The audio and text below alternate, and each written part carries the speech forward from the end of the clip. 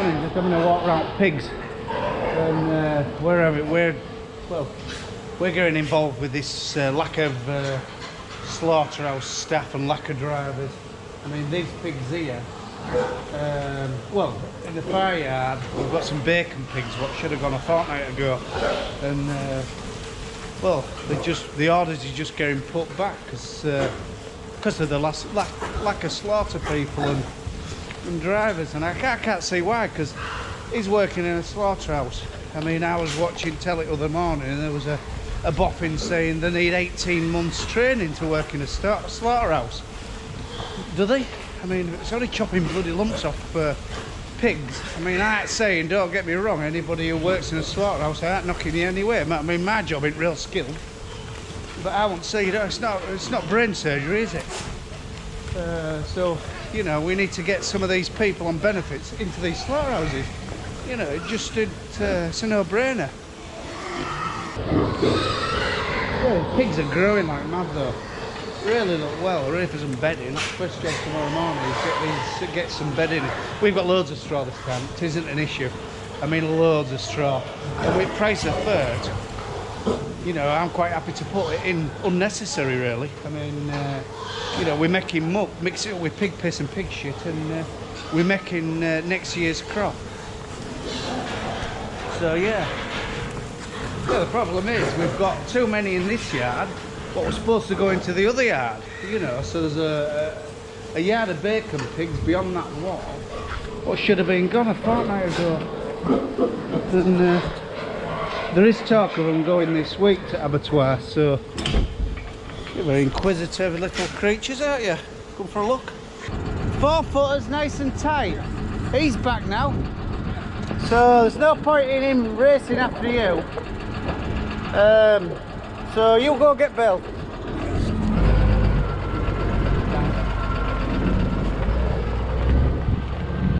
It's a day of tying loose ends up.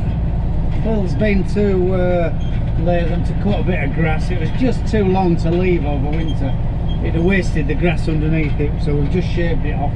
All he's gone to bale it. There'll be 40 bales on it. There's about 9 acre, hopefully 35. Well, I'd hope for 35 bales anyway. So it feeds store bullocks in spring, and rolling some land which is a bit puffy. It's dried out, unbelievable now. There's moisture in the land, but it's really dry, and it's nice sandy soil, so it won't take no harm. I really had a close look at what he's bought. He's bought 200. My dad, I'm on about 200 hogs to sort of finish. They look fairish things actually. They're all like Texel. Texel. I don't think the Texel crosses neither. But look fair things. I think the price of store lambs is fairly expensive. Well, they were fairly dear to be fair. But last year they paid well, you know, they went back at a right trade. So they don't cost much to bloody keep, they're only on some rough hard grass and get a bit of a ration of barley like. So yeah. Right, I'm about finished here, so I'm going to get the sprayer on. I think it's maybe a bit, well, get spray filled up, ready for morning or last thing tonight. Go get this sprayed, do a job out way to be honest. Yeah, there is some right shape among them. Real nice shape.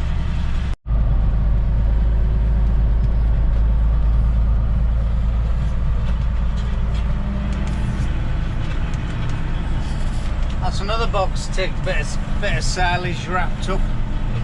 I wouldn't have bothered to be honest. I don't think it'd have damaged grass, but so I think they've got about 35 bales, something like that. So give cows something. Well, give store cattle something to munch on in spring, won't it? But yeah, he'll be cleaning that off and backing it to back at shed. I don't think it wants for now for next year. So yeah, another box ticked. Just have a look at some maize of ours. I think he's on about coming it next day, so I hope not. I hope sooner rather than later because it's rain tomorrow. So if I see it this afternoon, see him this afternoon, mop it up because it doesn't take them long. We've got, what have we got? 20, 30, about 30 acres, something like that, so it won't take them long at all. But just looking at this, because I went to see our Oliver foraging, it was like real spindly, horrible stuff. Well, this is real strong.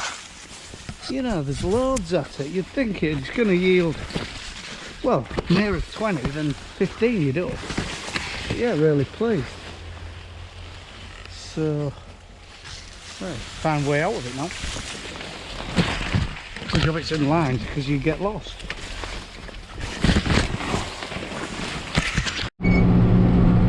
Just getting a cheeky tank full in before night. I've got quite a few fields to spray. I've got a bit behind. With showery weather and wind, so just getting one in. It wind's dropped a little bit. It's windy enough, but I don't think that fella's supposed to be at this side of the fence. Doesn't seem that bothered. So I don't know where he's got from.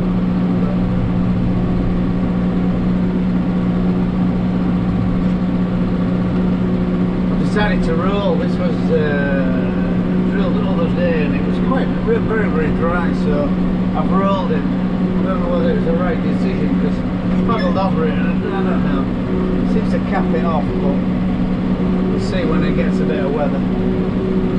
I was too busy looking up there, so that part of the boom didn't catch that shed. I've ended up turning out, catching this bloody on this back. I think I've buckled it up a little bit, but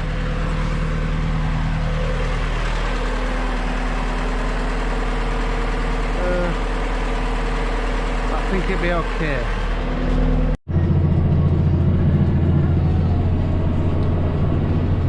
We got the we've just bought a new drill. It's one of these, but a moderner one. Well, not new to us. It's the polymer. It's a bit different. Only the reason why we've really got getting rid of this is because it's got only two sets of rows of tines, and the other one's got three sets of staggered tines, or 3 rows of staggered tines. So, and we used to have trouble. Any straw or greenery, it seems to pull it along like, and yeah, it's a bit of a nuisance really. But apart from that, the drill sampler, that's a lovely job.